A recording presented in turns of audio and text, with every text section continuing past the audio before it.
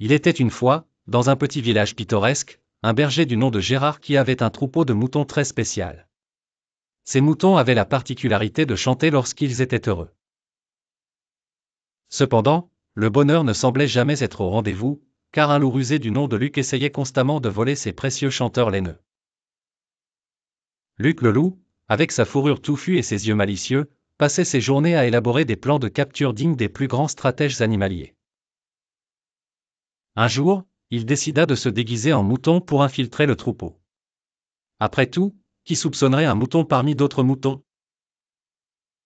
Avec un costume de laine piqué à une vieille couverture moelleuse et une démarche maladroitement empruntée au mouton, Luc s'avança vers le troupeau en traînant les pattes.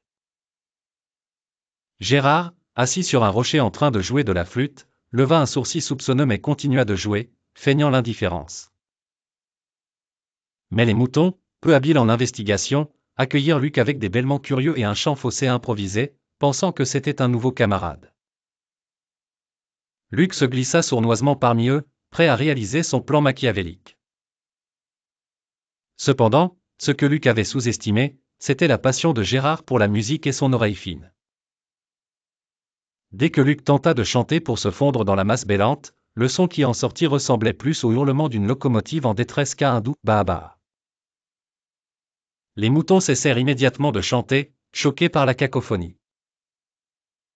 Gérard cessa alors de jouer et avança prudemment.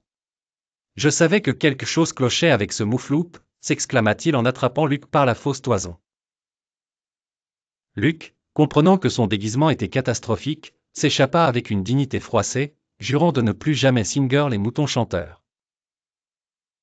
Et c'est ainsi que dans ce village tranquille, grâce à une oreille musicale et un peu de flair pour le bizarre, les moutons chanteurs de Gérard purent continuer à égayer la vallée de leurs mélodies enchantées, libres comme l'air du loup facétieux.